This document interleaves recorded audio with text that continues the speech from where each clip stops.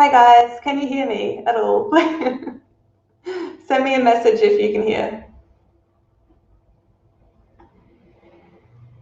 Oh, is that a smiley face? Does that mean yes? Oh my god, okay. All right, well, I just got to the end, but I'll just go back and redo it all. All good. Thanks so much, guys, for sticking with me with that. So, all right, what I'll do is I'll go back through my feedback. If you guys will bear with me and stick with me. How embarrassing. All right, so let's go back from the start and let's go through them all again. So what I mentioned before was, let's just like close this for a minute. So guys, the first thing I said was to pretty please, when you hand in your entries, please make sure you tag it properly. So, you know, either with the rookies weekly drills along with the actual specific tag for each week. This week was cute robots. Now, if you don't tag your project, I find it really difficult to be able to go through and find your project. So, for example, like if I type weekly drills or the rookies weekly drills, not everyone's project came up, so I really had to go through and search as many different tags as I could think of relating to robots to try and find everyone's project. I think I got them all, so if I did miss any, just give me a shout and let me know. So just, let's just go through. So I've got 4 entries this week. So the first one was this guy here. So really nice work. Unfortunately, there wasn't much of a breakdown. So like just make sure that when you do hand up your projects that you do give us a bit of a paragraph as to what you were intending to do and why, what software you used, maybe like a wireframe, some reference images. It really helps us to be able to provide feedback for you, because mine went in just before you guys went live. Cool. I'll reload that. So I guess like, because the purpose of these drills, right, is not just to get first place, it's to get feedback. It's to make your project better, and it's to take it to the next level. So if you give me as much as you possibly can in terms of reference images and wireframes and like textures and things like that, I can really give you a proper breakdown and some proper feedback, and it really helps us both. So with that in mind, as an overall piece, I was really happy with this one. Like the colors, like I love how you stuck to the yellows, the blues, and then the reds. You maintained that color palette, which was really beautiful. The red light sort of draws your eye from the bottom to the center, and these little eyes, absolutely adorable, like well done. So I think what I said before, that as a piece overall, it was really well done. In terms of the model, I can't really comment on your topology and things like that, unfortunately, but in terms of the materials, as a whole, the materials really look and feel quite realistic. The specular component and sort of the diffuse levels and things like that are quite nice. In terms of the secondary details, I would encourage you to give a little bit more thought into their placement. So some of these details, like some of these like big scratchy details, are probably just a little bit too uniform and a little bit too strong. I would sort of focus them a little bit more, maybe to the bottom where he like taps his feet on the floor when he walks, and you know, just like around the edges and things like that where things might get a little bit more dirty. So maybe you could clean out some of these areas and just so there's a little bit more variation and thoughtful placement of these details. And then also like his screen is probably a little bit too clean, given how dirty the rest of the robot is. So just like maybe add some fingerprint, or I mean whatever makes sense, just like some smudges, just to break up this specular highlight, and just so it's not so clean. That'd be really great, I think. But yes, please provide me with a breakdown, and that would really help me to see what you were going for with this. But nice work. So next we have this adorable piece. I was really happy that not only did you like create one robot, you created 2 robots, and you also like made this adorable story. So well done. I was really overwhelmed, really like happy. Just gave me feel good feelings. So much effort's gone into it. So let's just analyze. Well, first of all, like, because this is your like your piece, that your end piece, let's just have a look. Let's just talk about this for a moment. So I must say that unfortunately, the final presentation of this piece doesn't really do your work justice. The compositing and the lighting is just a little bit too strong. It's a bit overcooked, and it's taking away from these beautiful little robots that you've made.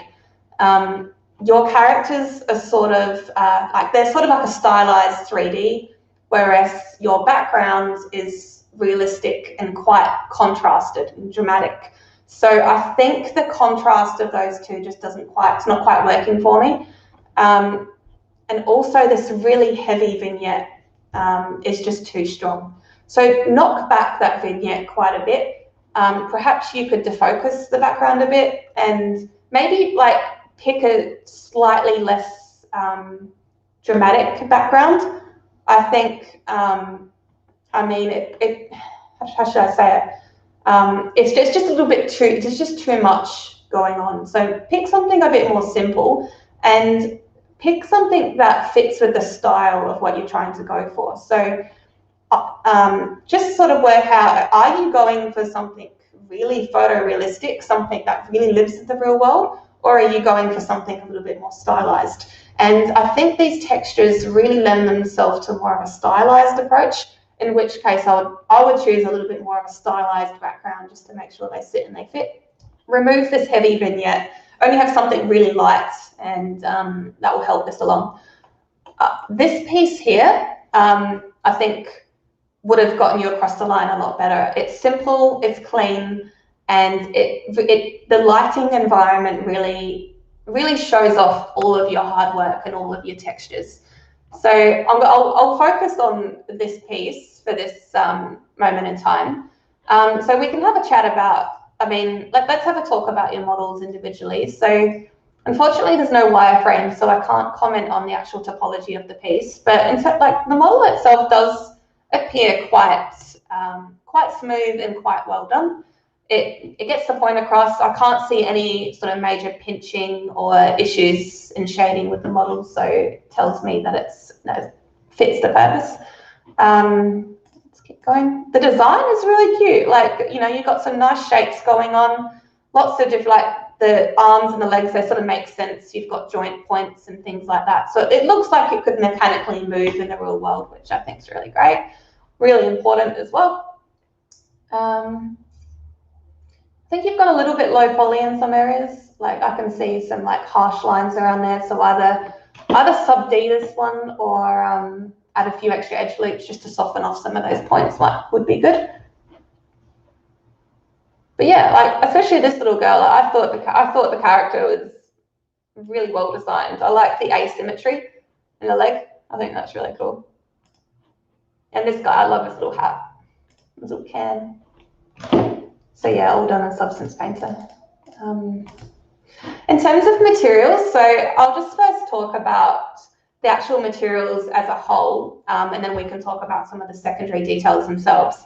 So I would really encourage you that even if you are going through like a stylized process, make sure you have your reference images up next to you at all times, and make sure that that these materials are actual materials in the real world, in the real life.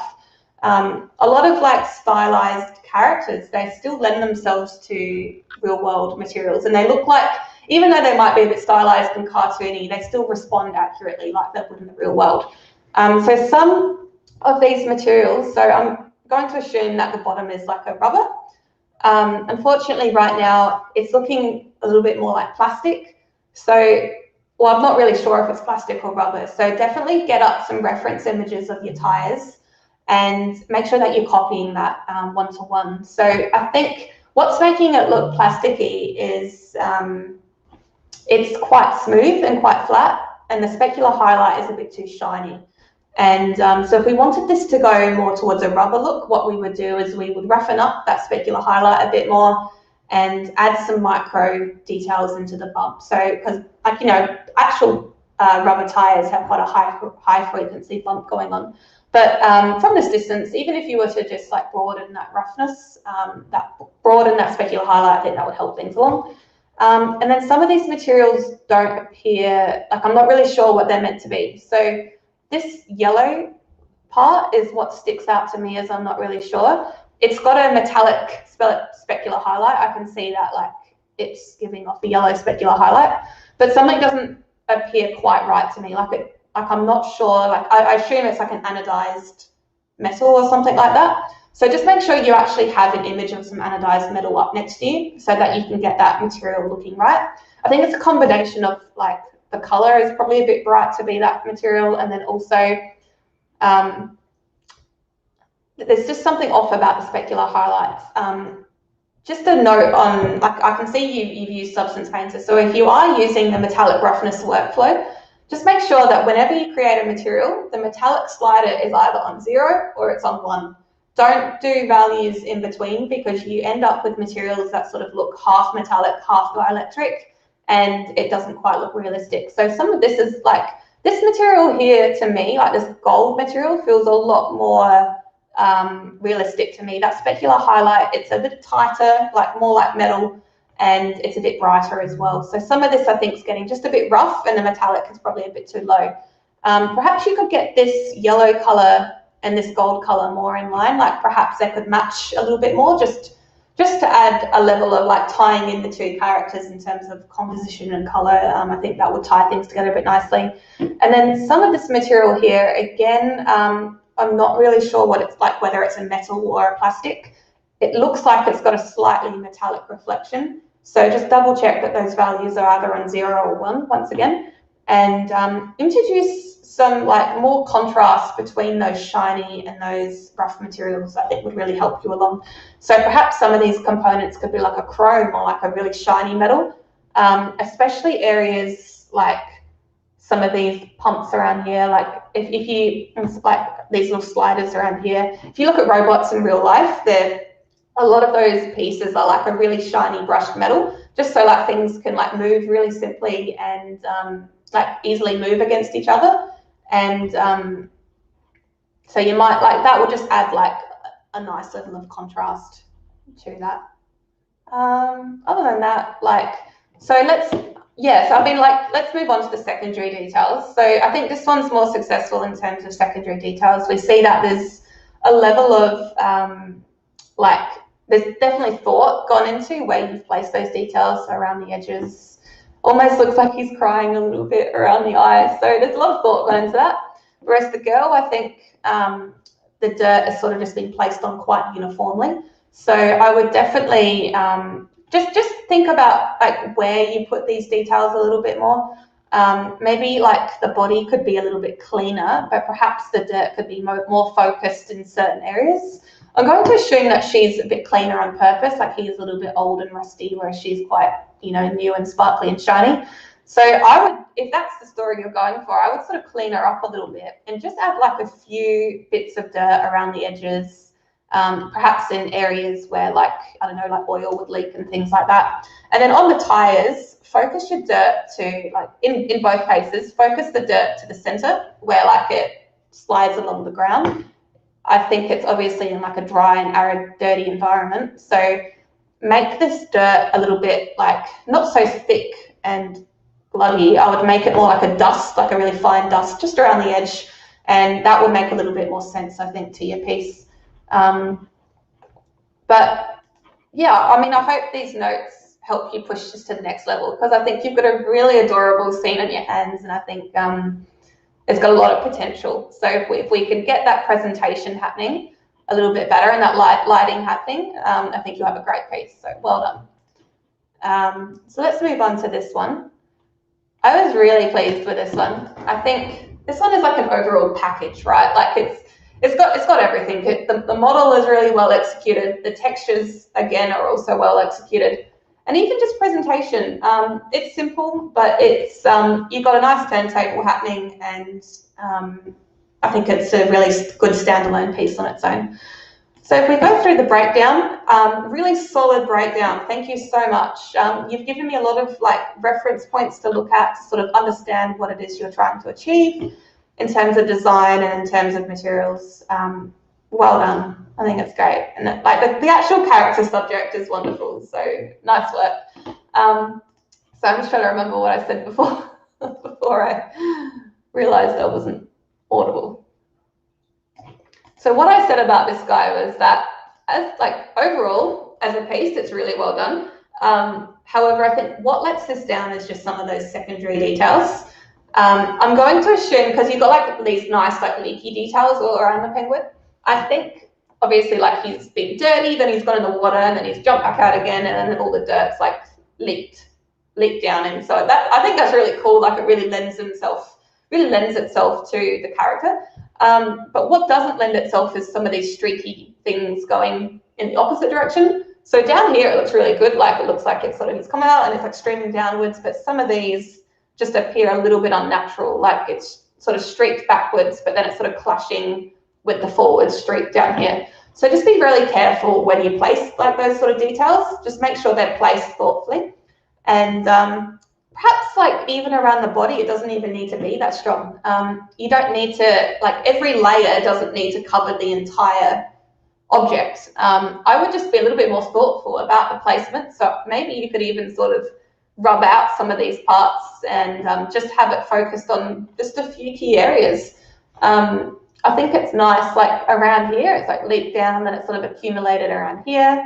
Around the beak is really nice. So all of this area, I'm really happy with it, like especially like around here.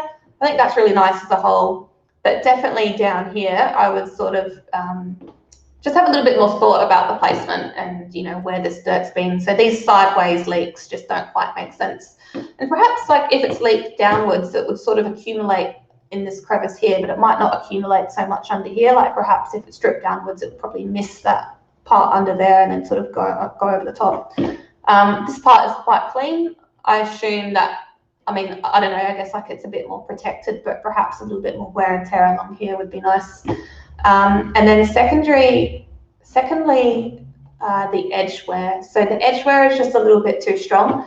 It does look nice as like a breakup point, like because he is all black, it does lend itself to a nice like breakup to all the different parts. But I guess like I'm not sure whether that metal is purposely placed or whether it's like worn off. So like around here it appears quite smooth and quite clean, like it was an intentional design choice, whereas like it has chipped off and things like that.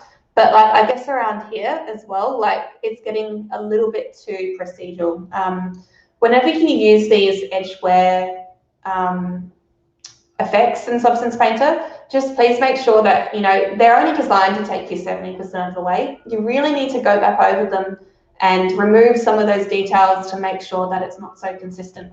So let's say, you know, even if this was a design choice to help break up the black, even around here, like you'd probably want to get like a large scale, like even just like a clouds texture or something, and just multiply that back over the top so you get areas of highs and lows. So perhaps like big chunks of this metal just removed. So it's sort of, because if you have a look at any sort of object, there's never that perfect edge around where metal has like worn off. So just be a little bit careful when you use those. They're great, but they can, like, as soon as you look at it, you know it's been done in Substance Painter. So you just got to be careful with that.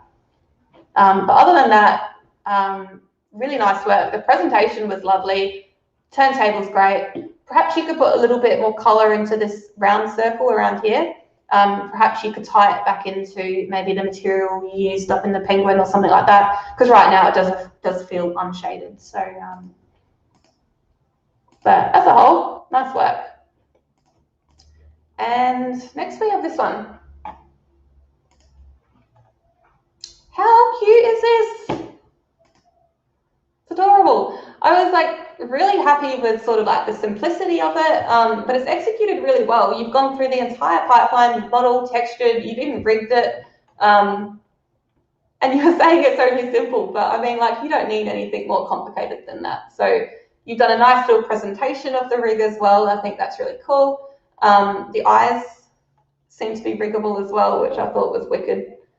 And I like how it's not perfectly clean. Like, it is a very pop arty sort of piece, like really striking, but I do like how you've got a few little nicks and dents around the like around places, and I think that just really helps sell this piece. You probably could have gone a little bit harder on some of those pieces. So if we look at, like, this is your reference, we can see that there's like a few more subtle details that really helps sell this. So like you can see that the specular highlight is certainly not so even. I know, like, I can see that you were going for quite a pop arty piece, so it is still really successful, but perhaps some extra little details could have helped. But I think overall as a piece, it's really quite nice. The design, again, it's simple, but it's simple but effective, and I think you've done a great job in sort of like looking at your time frame. You're going, all right, I've got 2 weeks to do this. What's like, if I want to take this through the whole animation process, what's achievable for me to be able to do this? And I think you've made a really great choice in terms of your design and your actual overall project. So nice work. So really, really well done. And again, like you've got a pretty decent breakdown, so I was pretty happy with that. The model itself, it's clean, it's great. Nice one. All right, I'm going to do a quick search because apparently there is another one.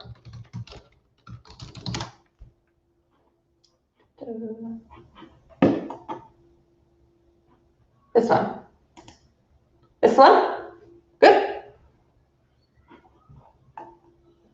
God. Cute but deadly. I love it. All right. Let's have a look. Oh. Nice one.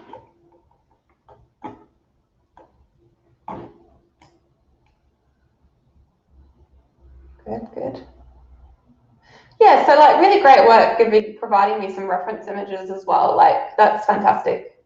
I can see, so this is obviously your UVs and your texture, yep. What you put, like, I think it's really clever what you've done, but I probably would have appreciated more like separate images of all your different maps rather than just sort of a snippet of each one. I think that would have helped things along, and also just label what each one is. Like, I mean, it's pretty self-explanatory what they are, but you know, just for clarification, it would have been nice as well. So, nice one.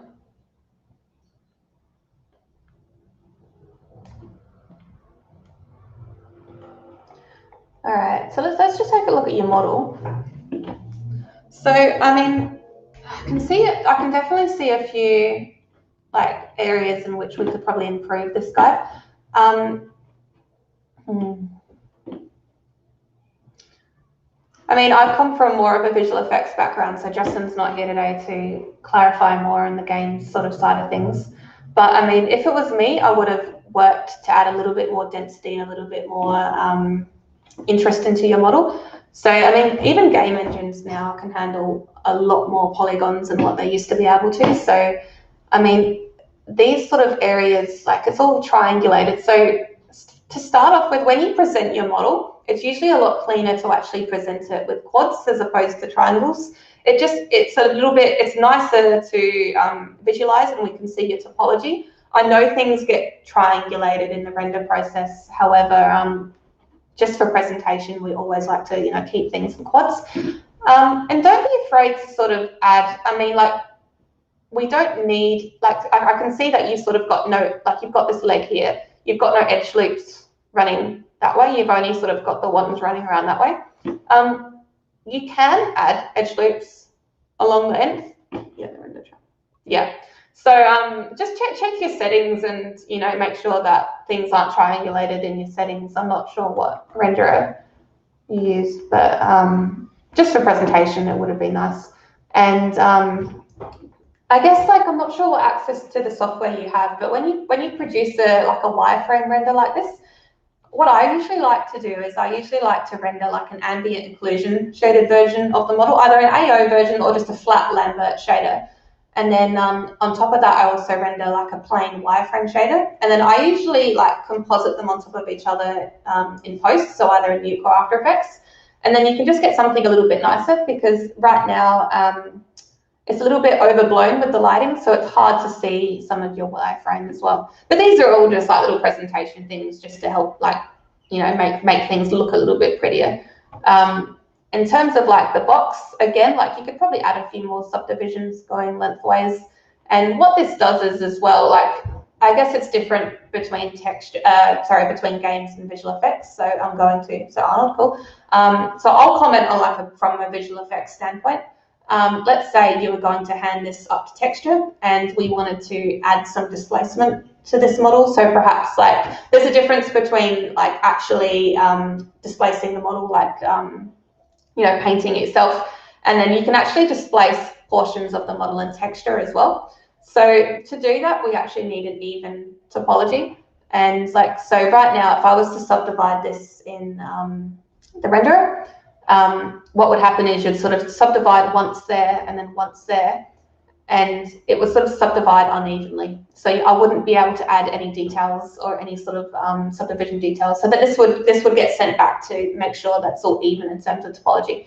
And you also want to be putting some supporting edge loops in there as well, so that when you do smooth this, it does hold quite well. But again, that's from a visual effects standpoint. It may be different for games.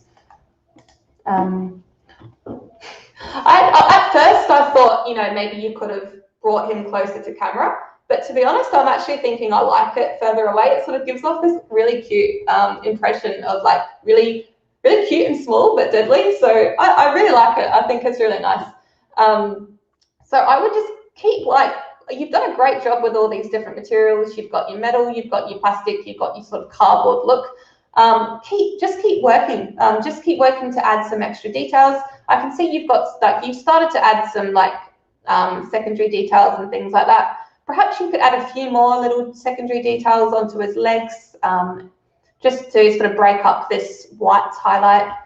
You could add some small details to the metal. And I think what would really help this along is probably your lighting. So I can see that because, I mean, I don't think you really got a HDRI in the background. I mean, I might be wrong, but from the reflections in your metal, it looks like your environment's quite dark and you've got a really sharp light sort of coming in from that way. I would encourage you to pop in a HDRI, like an environment light. If this is like in a toy room or in a bedroom, just get something approximate. And if you put a HDRI in the background, what that will do is it will give your metals something to reflect, and it will help these metals really look and feel a little bit more like metal. Because in a sort of dark environment, metals do come out quite dark. So with a little bit of environment to reflect off, they'll come out a little bit nicer. And this strong highlight at the front, yeah, so the HDRI was blowing it out too much. So I think maybe the HDRI coupled with this strong light in the front is probably blowing it up, because I can see that this front key light is, I think, what's blowing it up, because I can see that this white texture here, that's getting blown out currently. So really drop that key light. You don't need, like, if you're lighting things with a HDRI, you don't really need a really strong key light. And you can always reduce the levels a little bit to balance it out. But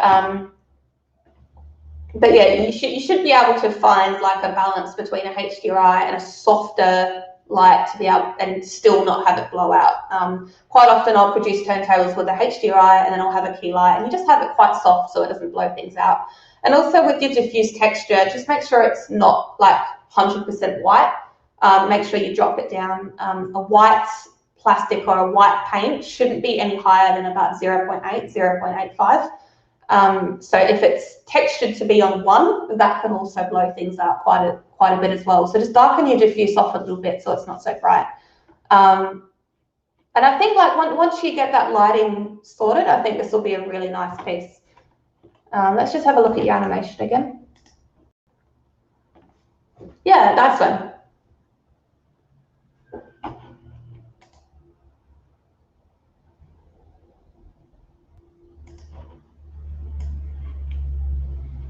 I mean, I'm not an animator, but I think perhaps coming back to the rest pose at the end, you could probably cut this a little bit short and it would still be just as successful. I think coming back to the rest pose is probably not necessary because it's a bit stale at the end. But like if you ended in like a more dynamic pose, I think that would be quite nice as well. Hopefully that gives you a little bit of feedback to work with to keep going. Overall, like you've done a great job taking this piece through the entire pipeline, and I really love the idea. Like he's absolutely adorable. I really think if you just like push things a little bit further, I think you have a really great piece. So really nice work. I'd love to see, like, if you do update it, ping us a message and let us know. Well done. All right, so I'm going to just announce the winners. So first place I'll be giving to this one here. I think overall, as the overall presentation, the model, the texture, the design, the breakdown, everything, it was a real complete package, and I think this one definitely is deserving of first place, so well done. Now, second place, I'm going to actually give an equal second place because I was really torn between two. So this is the first one, I'm like the first of the two, the tie. It's just the presentation that lets this one down, but I can see how much work has gone into this. The models themselves are really beautiful and you've done a great job. It's only the presentation that's letting this one down. But based on this one, I think this is what got it over the line, this simple presentation here. So it's equal between this one and this, the cute robot here, because this one was, again, really well executed. It was simple, but it was hard to fault a lot of the areas. I think the design choice was really nice. The colors, they really pop, and as well as the animation as well, they really helped get things along. So again, I think a little bit more textual qualities in this one, I think would have helped things along. But yeah. So no, great work, guys. So again, just to reiterate, second place for these two, because I was really torn between the two, and first place for this one. So thanks for sticking with me, guys, with my stupid audio. I'll make sure to work that out properly next time. So yeah, excited for next week's weekly drill. Keep working and keep getting these entries in. I love looking at them each week. And if you have any like questions or you'd really like some help, just make sure you jump into the Discord, pop in some questions, and we're happy to provide you with a bit of feedback or a little bit of advice. Yeah, so well done, guys. See you next time.